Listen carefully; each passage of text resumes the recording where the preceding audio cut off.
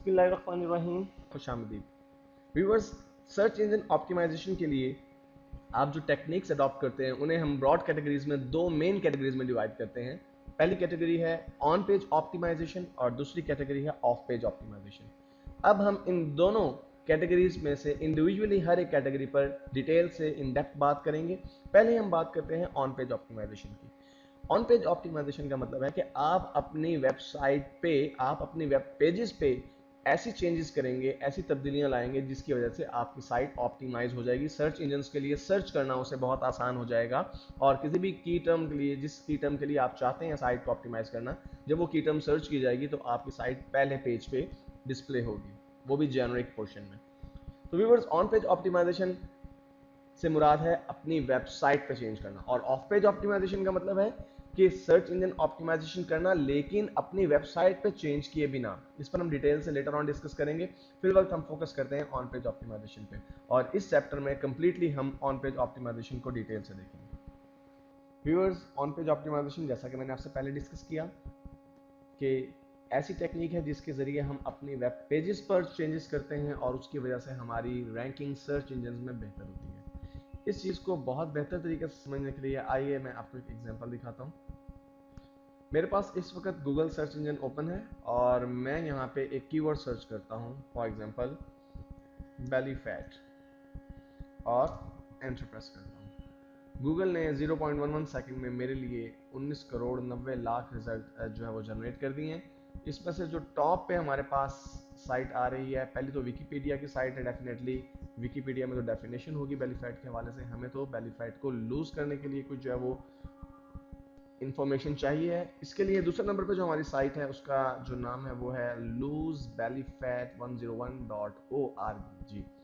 Viewers, अगर आप यहाँ पे गौर से देखें तो पहली चीज़, जिस चीज़ ने, पहला एलिमेंट जिसने इस साइट को रैंकिंग बेहतर करने में मदद दी, वो इस साइट का इटसेल्फ नाम है, डोमेन है, जो कि जिसमें बेली फैट का वर्ड यूज हुआ है।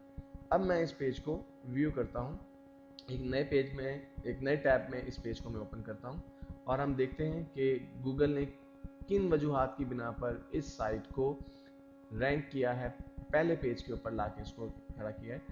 व्यूअर्स, सबसे पहली चीज़ जो वो देखनी है हमें, वो है इस वेब पेज का टाइटल। अगर आप इस पेज का टाइटल देखें, how to lose belly fat, यानी गूगल ने जब बेली फैट के वर्ड्स को सर्च किया तो ये वो वेबसाइट थी जिसमें टाइटल में ही बेली फैट का वर्ड इसे नज़र आ गया। ये एक बहुत अच्छी टेक्निक है। आपका टाइटल बेहद इंपॉर्टेंट है ऑन पेज ऑप्टिमाइजेशन के हवाले से, इसलिए टाइटल को ज़ाया मत कीजिए। बहुत से लोग बिल्कुल फजूल किस्म के टाइटल्स अपने पेजेस के रखते हैं, for example welcome to my web page, my first web page. इस किस्म के टाइटल्स कतई तौर पे सर्च इंजन ऑप्टिमाइजेशन टेक्निक में कारगर साबित नहीं हो सकते। हमें बेसिकली अपनी डोमेन के नाम के बाद जब ऑन पेज ऑप्टिमाइजेशन पे आना है तो पहली चीज़ जो है वो हमारे पेज का टाइटल है, और नेक्स्ट वीडियो में हम डिटेल से देखेंगे कि टाइटल को कैसे सिलेक्ट करना चाहिए और किन चीज़ों का ख्याल रखना चाहिए। उसके बाद हम नीचे की तरफ आते हैं, मजीद रीड आउट करते हैं। व्यूअर्स, उसके बाद आप देख रहे हैं कि इस पेज की जो पहली हेडिंग है वो है how to lose belly fat, यानी वही वर्ड, बेली फैट का वर्ड पहली हेडिंग के अंदर हमें नज़र आ गया है। उसके बाद हम नीचे की तरफ चलते हैं मजीद, तो हम देखते हैं कि यहाँ पर बेली फैट का वर्ड बार बार यूज़ हो रहा है। इस चीज़ को ज़्यादा बेहतर अगर आप देखना चाहते हैं तो आप कंट्रोल F का बटन प्रेस कर सकते हैं। कंट्रोल F में आप लिख दीजिए बेली फैट। आप देखिए व्यूअर्स, बेली फैट का वर्ड आपको बारहा नज़र आ रहा है, बेली फैट, माइस, और अगर आप इसे नेक्स्ट करते जाएं तो ये इस पेज में बेली फैट का वर्ड बहुत मरतबा यूज़ हुआ है। आप देख रहे हैं ऊपर जो इवन लिंक्स जो गूगल के एड्स उन्होंने लगाए हैं उसमें भी बेली फैट का वर्ड आ रहा है। अगर हम नेक्स्ट साइड पे आए तो देखें यहाँ पर बेली फैट का वर्ड एक मरतबा जो है वो बोल्ड किया गया है, और अगर हम नीचे देखें तो लूजिंग बेली फैट एक मरतबा इसे अंडरलाइन किया गया है, यानी बार बार बेली फैट का वर्ड जो है यूज़ हो रहा है। इस चीज़ को हम कहते हैं कीवर्ड डेंसिटी। कीवर्ड डेंसिटी का मतलब ये है कि आपके पेज के जो कंटेंट्स हैं, आपके पेज में जो चीज़ें शामिल हैं, जो टेक्स्ट आपने लिखा है, उसमें कितनी मरतबा आपका जो है वो कीवर्ड यूज़ हो रहा है जिसके लिए आप अपने पेज को ऑप्टिमाइज करना चाहते हैं। तो हम कह सकते हैं कि इस साइट ने बहुत अच्छे तरीके से ऑप्टिमाइजेशन की हुई है, ऑन पेज ऑप्टिमाइजेशन की हुई। डेफिनेटली ऑफ पेज ऑप्टिमाइजेशन भी इसके पीछे यकीनी तौर पे कार फरमा है कि ये साइट पहले पेज पर नज़र आ रही है हमें। हालांकि बेलीफैट एक बहुत ही जो है वो पावरफुल किस्म का वर्ड है, बहुत ही हम कह सकते हैं कि कम्पिटिटिव कीवर्ड है। बेशुमार वेबसाइट्स ने इस वर्ड को यूज़ किया होगा, और अब आगे चल के हम ये भी देखेंगे कि कैसे हम कंपटीशन डिटरमिन करते हैं और कीवर्ड्स को कैसे सिलेक्ट करते हैं। लेकिन फिल वक्त हमें जो चीज़ें पता लगी वो ये कि आपके पेज का टाइटल, आपके पेज की हेडिंग, और फिर जगह जगह आपके पेज में जो वर्ड यूज़ हो रहा है वही कीवर्ड बार बार यूज़ हो रहा है। और इसके अलावा एक चीज़ और व्यूवर्स, वो लास्ट चीज़ है आपके मेटा टैग्स। मेटा टैग्स क्या होते हैं आगे हम डिटेल से भी डिस्कस करेंगे, लेकिन इस वक्त अगर आप इस पेज का सोर्स कोड व्यू करें, सोर्स कोड से मुराद जो इसका HTML कोड है, तो यहाँ पे आपको जो मेटा टैग नज़र आएंगे, मेटा टैग में दो टैग इंपॉर्टेंट हैं सर्च इंजन के हवाले से। एक है मेटा डिस्क्रिप्शन और एक है मेटा कीवर्ड। तो इसमें आप देखें अगर Meta description, Meta name description यहाँ पे आपको नज़र आ रहा है, और उसमें जो कंटेंट्स हैं उसके how to lose belly fat, tips, tricks and methods you will lose belly fat using this simple, यानी बेली फैट का वर्ड मेटा टैग्स में भी यूज हो रहा है बार बार। तो इसका मतलब है कि ऑन पेज ऑप्टिमाइजेशन के हवाले से चंद एक एलिमेंट्स बहुत इंपॉर्टेंट है। आइए एक बार ब्रीफली देखते हैं कि वो एलिमेंट्स क्या हैं। व्यूअर्स, ऑन पेज ऑप्टिमाइजेशन के हवाले से पहली चीज़ तो हो गई पेज टाइटल। दूसरी चीज़ है use of H1 and H2। अगर आप HTML से वाकिफ़ हैं, और यकीनी तौर पे आपको HTML से वाकिफ़ होना चाहिए, तभी आप एक वेबसाइट बनाने के काबिल हो पाएंगे। तो H1 और H2 बहुत इंपॉर्टेंट है। जो वर्ड्स आप H1 और H2 में लिखते हैं, हेडिंग 1 और हेडिंग 2 में लिखते हैं, आप जानते हैं कि हेडिंग जो है वो 1 से लेकर 6 तक उसके जो है वो साइजेज हैं डिफरेंट। तो जो भी टेक्स्ट H1 और H2 में लिखा होता है उसे गूगल बहुत इंपॉर्टेंस देता है। और अगर आप अभी जो हमने एग्जांपल देखी थी उसमें जो पहला जो टाइटल था वो H1 में लिखा हुआ था, जिसमें कि बेलीफैट का वर्ड यूज हुआ होता। उसके बाद use of keywords in page contents, जैसा कि अभी मैंने आपसे कहा कि बार बार पेज पे आप अपने उन कीवर्ड्स का स्प्रिंकल कर दें, एक किस्म का आप कहते हैं कि छिड़काव कर देंगे, लेकिन ये स्प्रिंकल जो है एक नेचुरल वे में होना चाहिए, नेचुरल लुक देना चाहिए।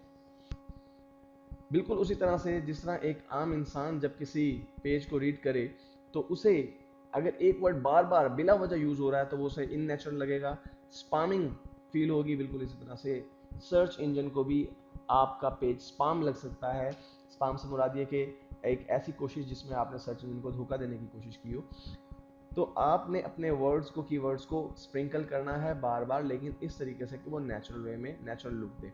उसके बाद उन कीवर्ड्स को एक मरतबा बोल्ड करना है, एक मरतबा अटैलिक करना है, और एक मरतबा अंडरलाइन भी करना है, लेकिन एक मरतबा से ज़्यादा नहीं करना। मसलन अभी जो हमने पेज देखा था उसमें बेली फैट का वर्ड आपने देखा बोल्ड भी हुआ था एक मरतबा, अंडरलाइन भी हुआ था और अटैलिक भी हुआ था।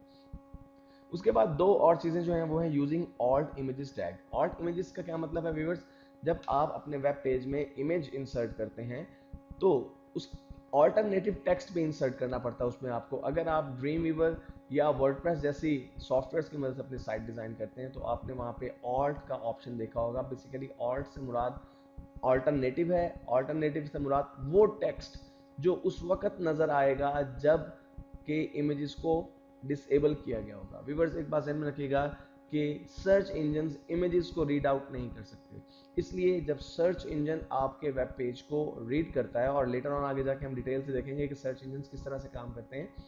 सर्च इंजन जब आपके पेज को रीड करता है तो वो आपके पेज में जो इमेजेस मौजूद हैं उन्हें रीड नहीं करता। इसलिए गूगल या दूसरे सॉफ्टवेयर, गूगल या दूसरे सर्च इंजन जब अपने क्रॉलर्स या रोबोट्स को भेजते हैं पेजेस को रीड आउट करने के लिए, तो उस वक्त उन क्रॉलर्स को वहां पर इमेजेस नजर नहीं आते, बल्कि उन इमेजेस की जगह अगर ऑल्ट टेक्स्ट यूज किया गया है, ऑल्टरनेटिव टेक्स्ट यूज किया गया, तो वो टेक्स्ट उन्हें वहां पे वो विजिबल होता है।